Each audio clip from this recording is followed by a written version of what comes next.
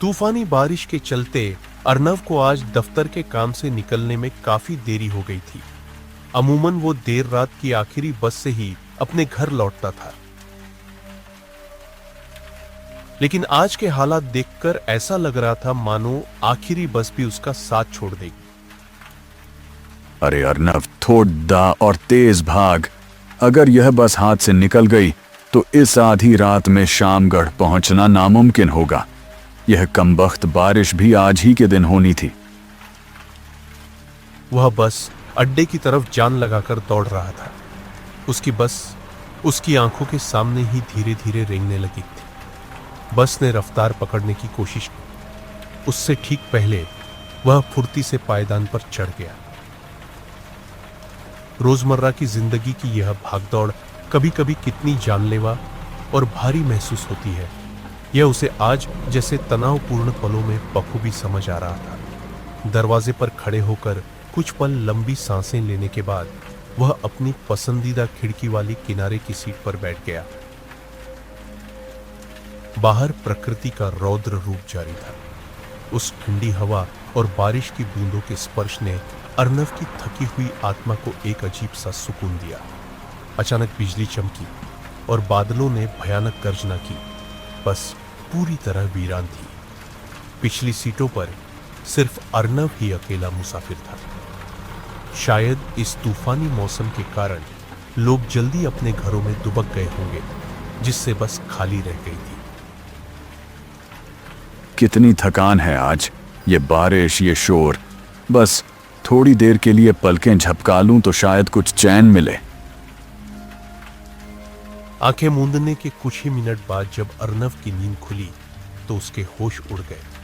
उसने देखा कि बस यात्रियों से खचाखच भरी हुई थी। अरे, ये क्या माजरा है? अभी कुछ ही पल पहले तो यह बस एकदम खाली थी। इतने सारे लोग अचानक कहां से आ गए?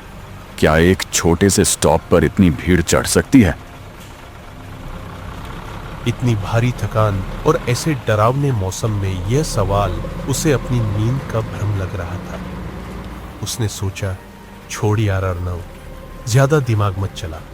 थकान ने शायद मति भ्रम कर दिया है। उसने फिर से आंखें मूंदी। सफर के बीच जब उसकी नींद दोबारा टूटी तो बस फिर से कब्रिस्तान की तरह खामोश और खाली थी। यह सब क्या हो रहा है? अभी तो यहां पैर रखने की जगह नहीं थी। बीच में कोई स्टॉप भी नहीं आया। फिर यह पूरी भीड़ हवा में कैसे विलीन हो गई? कुछ भी समझ नहीं आ रहा। इसी उलझन में डूबे अर्नव को अचानक तंबाकू और धुएं की एक तीखी महक महसूस हुई। धुएं का एक काला गुबार उसकी आंखों के सामने मंडरा रहा था, जैसे कोई अनसुलझा रहस्य हवा में घुल रहा हो।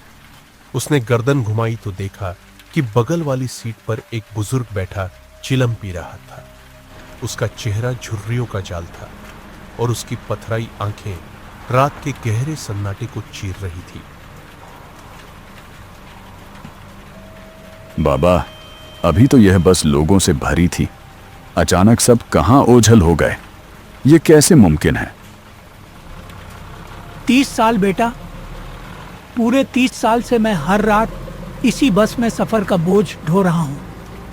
आधी रात के बाद इस बस में कोई भी जीता जागता इंसान कदम रखने का साहस नहीं करता। बड़े भाई, आप भी कैसी बातें कर रहे हैं? यह तो बस बारिश और मेरी थकान का असर है, इसके अलावा और कुछ नहीं। तुम्हें लगता है कि मैं कोई मनगढ़ंत किस्सा सुना रहा हूं? 1 साल पहले इसी तारीख को मैं इसी बस में सवार हुआ था जहां मेरा अभी बस रुकी थी। उस रात जो घटित हुआ वह आज भी मेरी रूह में कंपन पैदा करता है। बूढ़े की आवाज में एक बर्फ जैसी ठंडक थी, मानो वह समय की परतों में दबे किसी काले राज को खोल रहा हो। उसने चिलम एक तरफ रखी और अर्नव की ओर झुककर धीमी आवाज में बोलना शुरू किया।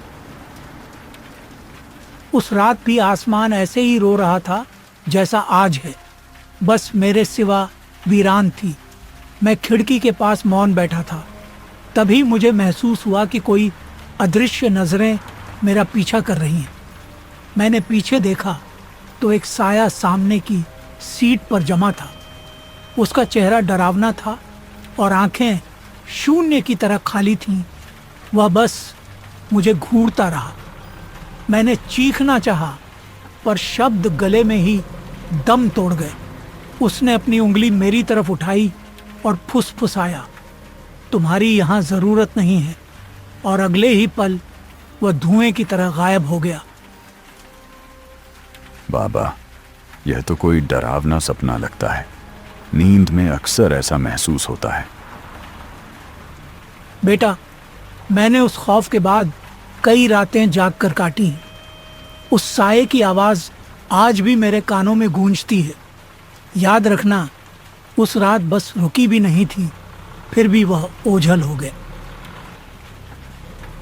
अर्नव ने इन बातों को अनसुना करने की कोशिश की। उसने खुद को समझाया कि यह सब बारिश का नशा और मानसिक थकान है, लेकिन अंदर ही अंदर एक अनजानी बेचैनी ने घर कर लिया था। वह फिर से सो गया, लेकिन 5 मिनट बाद ही उसकी नींद किसी झटके से खुली। बस का सन्नाटा अब और भी भारी और दमघोंटू लग रहा था।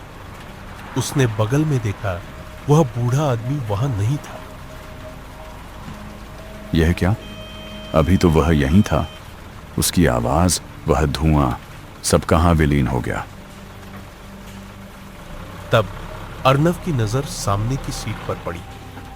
वहां एक नया आदमी बैठा अखबार पढ़ रहा था। रात के इस पहर में कोई अखबार कैसे पढ़ सकता है? उसका चेहरा पूरी तरह अखबार के पीछे छिपा था। भाई साहब, आप कौन हैं?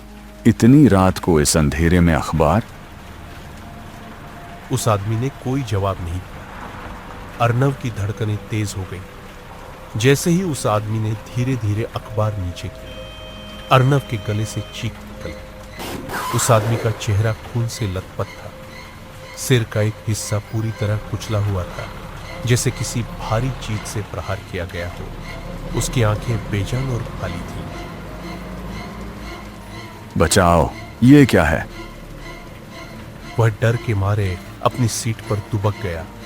तभी एक बर्फ जैसी ठंडी हथेली ने उसका कंधा छुआ। उसने डरते हुए देखा तो वही आदमी सामने था, लेकिन अब उसका चेहरा बिल्कुल साफ और सामान्य था। अखबार वाला, क्या हुआ भाई साहब? इतना खौफ क्यों? आप ठीक तो हैं? पानी पिएंगे? आपका चेहरा, अभी तो वह खून से भरा था। क्या मैं सच में पागल हो रहा हूं? डर गए ना? इस बस में रात को ऐसी ही अजीबोगरीब घटनाएं होती हैं। कुछ दिखता है, कुछ ओझल हो जाता है। जो देखा है उसे भूल जाओ और यहां रुकना मत, वरना। अर्नव का खून जम चुका था। उसने कांपते हाथों से पानी पिया और भागकर दरवाजे के पास गया। तभी उसे वही आदमी दरवाजे पर खड़ा दिखा। अचानक बस की रफ्तार बढ़ी और वह आदमी चलती बस से बाहर कूद गया। बाहर से किसी के टकराने और एक भयानक चीख की आवाज आई। अर्नव ने सोचा, अब भागने में ही भलाई है। खुशनसीबी से उसी वक्त एक पुराना स्टॉप आ गया। वह चलती बस से जमीन पर कूद पड़ा। जब वह बारिश में भीगता हुआ पीछे मुड़ा तो उसकी रूह कांप गई। अर्नव तब तक वहीं पत्थर बना खड़ा रहा जब तक वह प्रेतवाधित बस उसकी आंखों से ओझल नहीं हो गई।